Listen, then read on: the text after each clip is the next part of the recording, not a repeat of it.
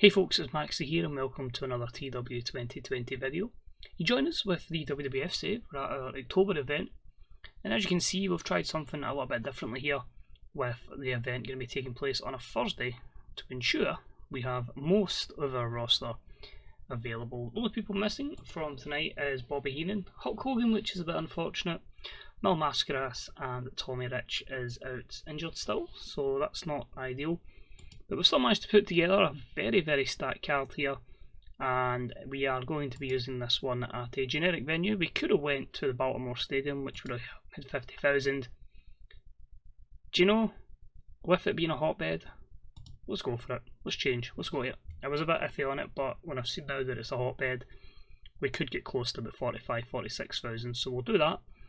The economy is rising, the wrestling industry is rising, and hopefully this show is going to be superb. A few feuds have come across very well, and I'm hoping that we can get, for probably the third or fourth week in a row, gain pop. We have been gaining it thanks to some solid main events, which has predominantly been the tag matches. I think it's been Curt Hennig and Andre the Giant taking on Bob Backlund, and it's kind of rotated his opposition. I think one time we had Jake in there taking the pinfall, Jake Roberts, so there's been a few guys getting that main event experience as well.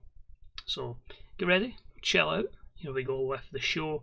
I say thanks for taking the time out to watch. Any thumbs up, comments and subs, all that jazz, deeply appreciated. And if you want to know more about the game or check other people's content out, description below, and that'll take you to the best sources to see it. So there's your card, quick look at that because here we go. So 46,306 at the Balitmore Stadium, so just under a sellout.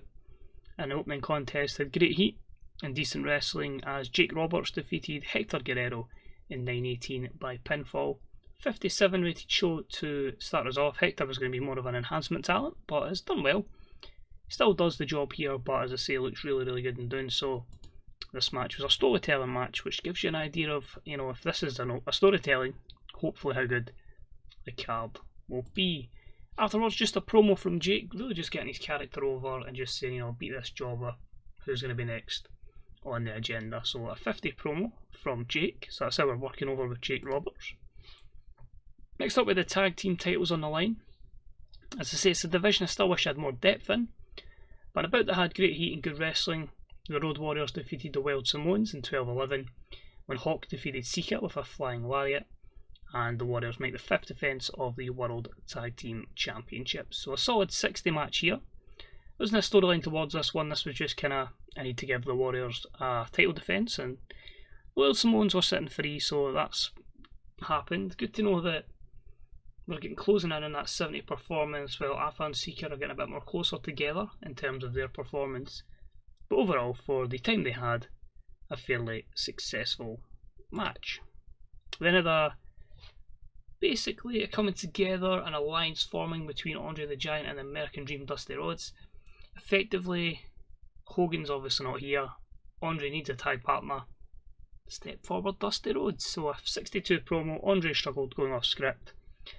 Dusty's getting better at his gimmick, and it got the crowd hotter. So yeah, imagine that as a tag team, that would be pretty damn cool to see. Next up, and about the had good heat and decent wrestling. David Schultz defeated Bob Eaton in 9:29 with a pile driver. This got a 53. We were hoping to go in on a Bob Eaton and Eddie Gilbert tag team, but fortunately Bob Eaton has signed a contract with CWA, I want to say. A written deal there, so yeah, we're losing him already. So back to putting people over for Bob Eaton and of course Eddie Gilbert as well. Promo from Gino Hernandez, who happens to be playing a match against Eddie Gilbert. May have just spoiled the result of that, but a 68 promo, one of our most talkative guys, and Gino, of course, is your reigning, defending IC champion, and about the head great heat and decent wrestling. Gino Hernandez defeats Eddie Gilbert in 12:21 by submission. Gino makes his 8th defence of the IC title, and a 74 is just spectacular. So honestly, he's on his way to that main event, surely, at one point. So it got the crowd hotter, and just generally delighted with that. Also a 74, spectacular matchup here. It had fantastic heat and good wrestling. Larry Zbyszko defeated Jim Duggan in 15:35 with the Larry Land Dreamer, a submission hold. 67 for Jim, a 72 for Zbyszko. It's probably Jim Duggan's best showing as well.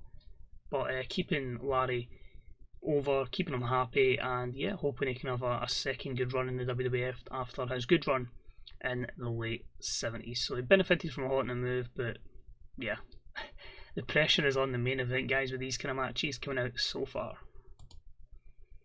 Next up, another match that was surprisingly very good, and about had great heat and good wrestling. Jimmy Snuka defeated King Kong Bundy in 12:44 with the Superfly Splash. This got a 77, so the storyline did have a good level of heat to it, which carried it to this. A 74 for Jimmy, a 68 for King Kong Bundy. Snuka's getting a bit stale at his gimmick. The initial idea was for Bundy to go over, but Snuka was a bit hesitant on it, and I felt like, well, if I was going to make it tainted, I'd want Bobby Heenan to be about to do that, so fair enough, we gave the victory to Superfly, but hopefully King Kong Bundy can benefit from being in such a high profile match. So the co-main event, Andre just cuts the promo on Ivan Koloff just to continue the feud between obviously him, Hogan and the Eastern Bloc, so that got a 69, advances it with this segment. And the tag match actually really delivered as well. Holy crap, this might be our best ever show. As about had fantastic heat and good wrestling. Dusty Rhodes and Andre the Giant defeated the Eastern Bloc, Ivan Putski and Ivan Koloff in 14-12 when Andre pinned Ivan Putski with the body slam. Andre head and shoulders above everyone else, obviously is fantastic overness. Maybe some of that will rub off to Dusty Rhodes here, but the main thing is get the money in so we can basically get everybody in written deals, that's the plan. But in 81, big pressure on the main event now to deliver. So we get a promo from Curt Hennig on Bob Backlund, and that gets an 83. Is this the perfect time to crown a new perfect champion? They've been going at it for a while, they're finally coming head to head. Curt Hennig in 1983, can he take that championship from Bob Backlund? Can the main event deliver? Not as much as I'd have hoped. I was hoping for a lot better. A 77, I was kind of hoping this would maybe get as close to the 90s, but it is what it is. About that had fantastic heat and great wrestling, and it saw Curt Hennig defeat Bob Backlund in 27-25 with the Hennigplex, meaning your new WWF World Heavyweight Champion, Curt Hennig. Never mind Hulkamania, he's injured, he's not fully fit, he's not here tonight. The new yard starts with Curt Hennig, so that long reign of champion that Bob Backlund had is over. Let me know what you think about that one. Gave him a good amount of time, only negatives for the crowd morale, the locker room morale. The show gets to 77, it gets the pop gain in the 3 regions we broadcast the event in. You can see there, everything green, light green or darker green. But yeah, everything is positive there. The lowest, if anything, was David Schultz and Bobby Eaton. So I am over the moon with that, a super card. Question is, does it make a super profit? But I think given that we're only really missing 2 or 3 people, I think we'll carry on running shows on a Thursday until we get the exclusiveness of every wrestler. Ricky Steamboat's leaving MLW. Is he going to be a free agent? Surely not. Nope, he's still got a company and he's got good overness, so maybe see Ricky the Dragon in. The freelancer bit's not exactly ideal because it only means we can get him for 9 months. The show really struck gold, so that's good to see. 46,000, a little bit bigger than everywhere else, which is good to see. And Hector Guerrero needs time to heal, but we got 0.19 in terms of viewing figures. Size 71 now in the tri-state, so 6 pop to go in there. A long way to go with Great Lakes and the Mid-Atlantic. The New England's getting there with 64 and the Southeast. It's up to 38 now, which is good. Especially when you look at the starting point for that one. So I said Southeastern, yep, so Southeast started at 15, so I've managed to carry that up all the way up to 38, so more than double. Not bad, so it might take us at least another year or so to get to big, but the Southeast will start running there and hopefully we can get to the next level. Financially, we're 1.2 million up, but we still have a lot of stuff we need to pay off, including tax and your miscellaneous stuff, so don't be surprised if we end up quite a good bit. We'll still have a good bit of profit, maybe 500, 600,000, because the ticket sales are up a good bit. I do imagine, as I say, once all this is calculated out, it will probably about 500, 600,000. So, yeah, overall, not bad. Especially with so many big names on that card as well. I just want to check. Still building our way up with merchandise, and so no sales on that. And of course, at this moment in time, we still have 0% in our backstage, so that is why there's a morale issues galore, which we're fine, we'll pay that off, that's cool.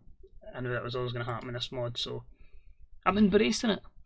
So thanks very much for taking the time out to watch the video, it's much appreciated. Hopefully you'll join us for our November show, which will be the 4th week in November. I'm going to go and book now 4 episodes of Wrestling Challenge and 4 episodes of All-Star Wrestling. So until then, take it easy, stay safe, and we'll see you soon. Bye bye.